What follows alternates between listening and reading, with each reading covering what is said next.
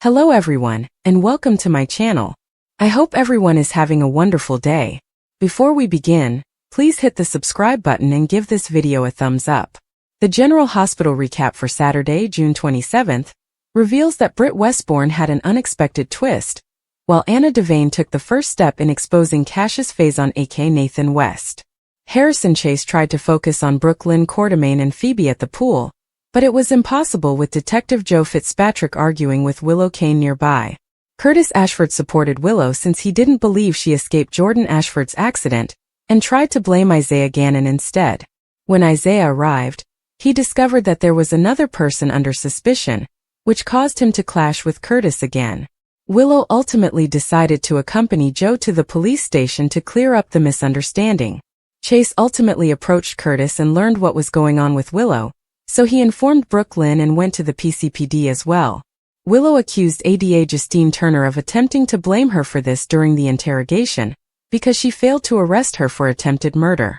However, ADA Turner noted that they had two witness statements, one from Lucy Coe and one from Drew Kane. Willow was on Route 91 the night of Jordan's crash, according to these claims, but she denied it. Chase appeared and speculated with Willow about the Drew situation, assuming he must have answered Joe's yes or no question in a way that implicated Willow. Willow seemed to think Joe had misunderstood. At Crimson, Charlotte Cassadine mocked Nina Reeves for choosing Willow over her, but Nina tried to explain that it wasn't like that. Nina received a phone call from Willow about her latest police drama and had to run off to assist her, which appeared to prove Charlotte's point. Danny Morgan arrived and informed Charlotte of all the turmoil he had caused at the WSB field office, so they got into another fight, which sent Danny stomping off. However, Danny returned after witnessing a shady WSB agent exit the elevator and enter the office. Charlotte terrified as the agent attempted to grab her, but Danny knocked him out with something and rushed away with her. Curtis informed Nina that Isaiah was responsible for abandoning the scene of Jordan's crash. Chase also indicated Willow could leave because she was not being charged with anything. ADA Turner stopped Willow after her black BMW's trip log proved she had been on Route 91 within seconds of Jordan's collision. When Rocco Falconeri departed Tortola with Lulu Spencer and Dante Falconeri, he remained adamant on taking Britt with them. Britt persuaded Rocco that it was too hazardous, so he agreed to go alone with Dante and Lulu, but only after Britt promised to take her meds and stay on the move. Dante made a strange phone conversation and quickly rejected Rocco's concerns about it. After Rocco and Britt said their goodbyes, she prepared to inject herself with a dosage of what she thought was her medication. Of course, GH enthusiasts will remember that Ross Cullum offered up the vials as bait for Cassius, so Britt nearly injected herself with poison. Fortunately, Britt didn't have the opportunity since a couple of police officers stormed in to arrest her for kidnapping. At Anna's facility, she caught up with Felicia Scorpio, Max Scorpio, and Emma Scorpio, who were all pleased to see her development. In private, Anna's doctor told Felicia that she wasn't comfortable releasing Anna, because there was a chance of relapse and more work to perform. Felicia soon spoke with Anna alone, and was taken aback when she revealed some unexpected news. Anna needed to trust Felicia with some information, which indicated that Nathan West was not who he claimed to be. Back in Port Charles, ADA Turner encouraged Nathan to take the lead in finding Jen Sidwell. Jordan and Laura Collins called Nathan over to tell him about the likely hideout they discovered for Sidwell, and he urged them not to tell anybody else. Cassius eventually called someone, most likely Ross Cullum, to alert him of a Sidwell concern. According to General Hospital spoilers, Cassius will be dealing with his own issues as a result of Anna, so keep an eye out. In the bustling world of Port Charles, this Friday's events were filled with high-stakes drama, tearful goodbyes, tight escapes, and surprising disclosures that left characters reeling and viewers on the edge of their seats. The episode focused on themes of protection, betrayal, familial relationships challenged by peril, and the lingering shadows of former foes reappearing in unexpected ways. The Metro Court pool had a tight vibe from the start. Detective Joe Fitzpatrick questioned Willow Tate about the night of Jordan Ashford's accident. Willow, appearing astonished and defensive, insisted she had nothing to do with the situation. She was nowhere near that route. Curtis Ashford intervened strongly, supporting Willow and directing suspicion toward Isaiah Gannon. When someone nearby began recording the altercation, Willow agreed to go to the PCPD to clear her reputation and prevent more public humiliation. Harrison Chase sought to concentrate his attention on his wife, Brooke Lynn Quartermaine, and their baby Phoebe. He proposed a family trip to Seattle to introduce Phoebe to Violet, hoping to repair their relationship following recent conflict. However, the unfolding scene with Willow was too distracting. Chase sought Curtis for more information, learning about the growing suspicions. Isaiah arrived on the scene, hearing about another suspect and disputing once more with Curtis. The doctor told Curtis that he could face charges for prolonged public disparagement, emphasizing the two men's severe separation. Chase, the loyal buddy, went to the station to help Willow, leaving Brooke Lynn to deal with her own issues. At Crimson, Charlotte Cassadine was dealing with her delicate family relationships. Nina Reeves attempted to bridge the gap, discussing Charlotte's summer work schedule and expressing regret for previous decisions that appeared to favor Willow. Charlotte reacted angrily, accusing Nina of selling her and her father Valentine out to Jack Brennan. The argument became heated as Charlotte felt abandoned, convinced Nina had chosen Willow over her. She argued that family should come first. Nina argued Charlotte was also family, but the tension continued. A call from Willow drew Nina away, exacerbating Charlotte's feelings of betrayal as she remarked that Nina was so good at leaving. Danny Morgan arrived shortly after, recounting his reckless break-in at the WSB field office. Charlotte reprimanded him for his foolishness, saying that he could have killed himself. Danny was determined to help his father, Dante, but Charlotte advised him to return home and keep out of the situation. As Danny stormed out, a mysterious man stepped off the elevator and approached Charlotte with a nasty posture. He sought to take her away, identifying himself as WSB agent Mark McKay. Charlotte protested vehemently, clutching a letter opener in a desperate battle. The man took out a chloroform-soaked rag, but Danny arrived just in time. He clobbered the agent in the back of the head, knocking him unconscious. Danny and Charlotte fled together, a heroic event that demonstrated Danny's fast thinking and the adolescent's profound relationship in the midst of adult intrigue. The strain on Willow increased once she returned to the PCPD.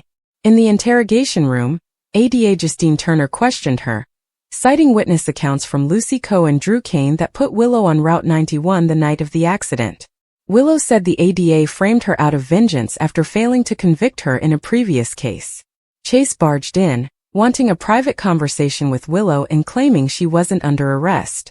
They suspected that Drew may have misconstrued a query from Joe, which led to the incriminating admissions.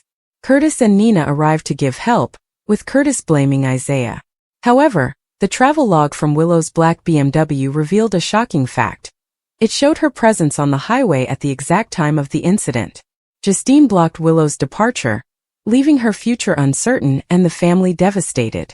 Meanwhile, at Jordan's house, Laura Collins and Jordan reviewed potential leads on Jen Sidwell, believing that he could be sheltering at a location linked to Marco and Lucas. They chose to share this information with Nathan West, expecting him to be an ally. Nathan thanked them and requested confidentiality, vowing to handle it. As soon as he left, he made a cryptic call informing someone about a Sidwell problem, displaying his deceitful character. This faith in the wrong person created dangerous ripples across Port Charles. The emotional center of the episode switched to Tortola, Virgin Islands, where Dante Falconeri, Lulu Spencer, and their son Rocco confronted Britt Westbourne. Rocco refused to leave without Britt, holding his ground with great loyalty. Dante mentioned the continuous threat from Cullum, who still wanted something from Britt. Britt acknowledged her role in Cullum's work, and advised Rocco to prioritize his safety with his parents. Britt reflected on her life choices in an emotional monologue, describing her decision to carry Rocco via a stolen embryo as her most selfish act, but one she would not change. He had transformed her, showing her that there was something greater than herself. Rocco consented to attend, but only after she promised to take her medication, keep moving and remain safe. Britt offered him a bottle of bubbles, conjuring memories of his infancy days blowing milk bubbles, a sweet callback that prompted even the hesitant Lulu to thank Britt for safeguarding her child. Following the sad parting, Dante made a cryptic phone call, and the family left. Britt prepared to inject herself with what she assumed to be her vital medication. Unbeknownst to her, The vials delivered by Ross Cullum as bait for Cassius had been tampered with, containing poison rather than medicine. Just as she was about to administer the deadly dose, cops broke through the door and arrested her for kidnapping Rocco. In a twist of destiny, the arrest that could have resulted in legal trouble ultimately saved Britt's life by stopping her from ingesting the deadly injection. The scene was an ideal soap opera combination of irony, suspense, and relief. Anna Devane received guests at her treatment facility in France, including Emma, Mac, and Felicia Scorpio. The reunion was pleasant, with Anna thanking them for their support and apologizing for her recent difficulties. She spoke privately with Emma about her tangled history with Faison, opting not to engage Robin to spare her the stress. Emma reassured her granny about the family's love and support.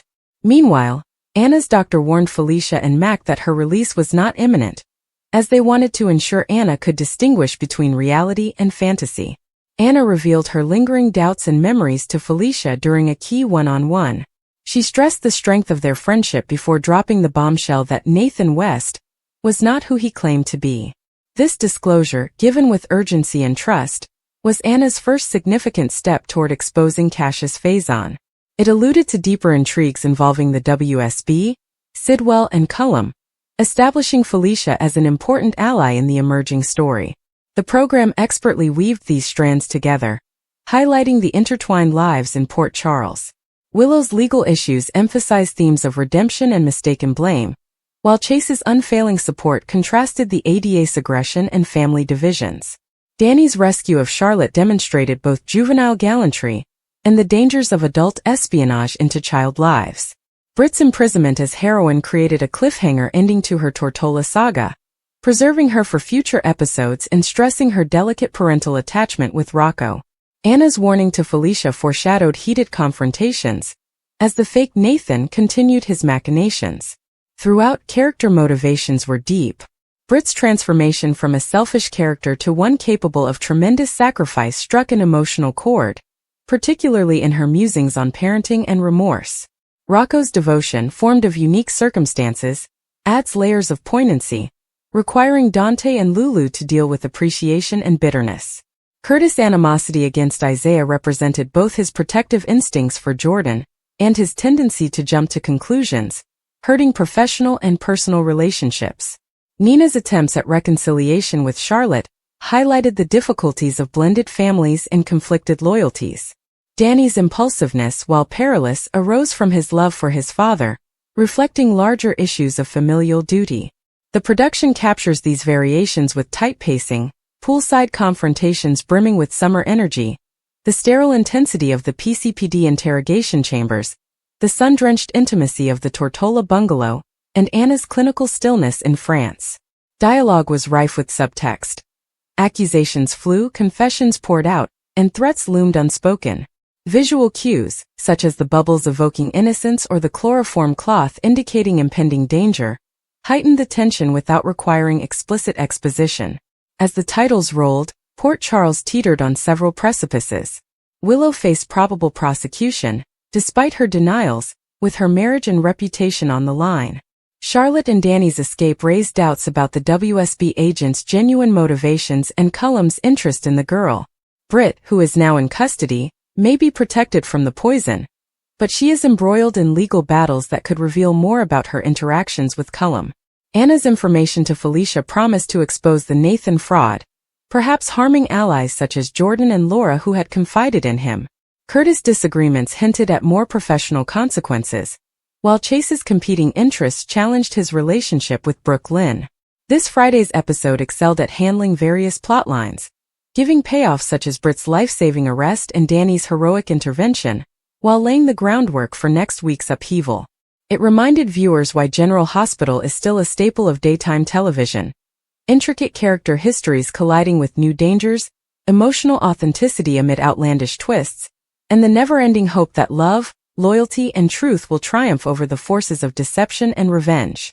The setting is set for revelations, rescues, and reckonings that will undoubtedly have viewers tuned in. The kidnappers begin to panic.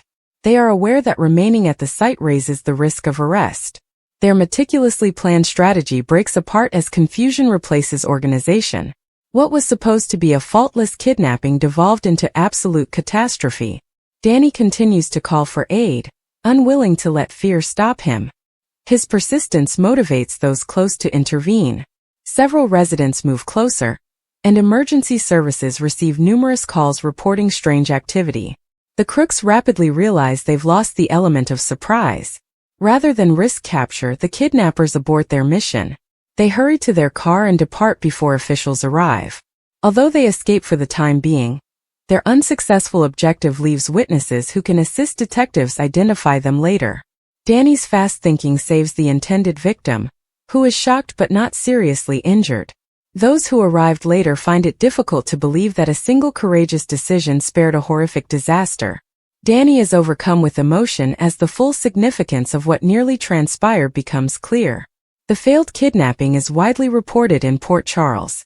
Families become more protective, concerned that organized criminals are functioning in their town. Police initiate an urgent investigation, gathering witness accounts and checking surveillance footage from nearby businesses. As detectives piece together the time frame, another unexpected finding arises. Britt would have passed past the precise site where the kidnapping attempt took place if she hadn't been caught earlier. Investigators believe she may have unwittingly become a second victim, or been caught up in the violent confrontation. This news significantly alters how everyone perceives Britt's arrest. What looked to be an awful legal setback has now turned out to be an unbelievable stroke of luck. Britt was kept out of harm's way while in police custody. Ironically, giving up her independence for a few hours may have saved her life. Britt, too, is having difficulty processing the surprising coincidence. Sitting in a holding room, she learns about the attempted kidnapping and gradually understands how close she came to disaster. The emotional weight of that discovery renders her speechless. Friends who visit the station express mixed emotions. They are still concerned about Britt's legal issue, but they can't deny the fact that she was unexpectedly protected from something far worse. Many people question if destiny intervened at the appropriate time. Danny quickly gains significant recognition for his exceptional bravery. Adults in Port Charles recognize that many people would have frozen in fear in similar situations. Instead, Danny responded decisively, despite the evident danger he faced. After discovering what transpired, his family was overwhelmed with relief. Pride and concern mix as they understand how close Danny came to being another victim. They hug him firmly, relieved that his bravery did not come at the expense of his own safety. Police thank Danny for giving crucial information that could lead to the kidnappers' capture. His comprehensive description of the suspects, their vehicle, and their demeanor provides detectives with several promising leads to explore over the next few days. However, cops caution that the investigation is far from over. The perpetrators are still at large, and it is possible that they will attempt another kidnapping once they have regrouped. Security is tightened across Port Charles, and authorities are increasing patrols in high-risk areas. Meanwhile, Britt's attorney continues to investigate the circumstances behind her detention more thoroughly. Questions arise about whether certain material was appropriately interpreted, or if someone purposefully twisted circumstances to frame her. The idea of a bigger conspiracy must be overlooked. Britt refuses to give up hope, despite everything she has been through. Surviving public humiliation and a near-death experience fuels her resolve to uncover the truth. She swears to establish her innocence while also assisting in the identification of those responsible for the mounting threat to Port Charles. Meanwhile, the failed kidnappers conduct a tense conference following their botched operation. Furious accusations fly amongst members of the group, as they blame each other for the failure of their meticulously planned strategy. Their commander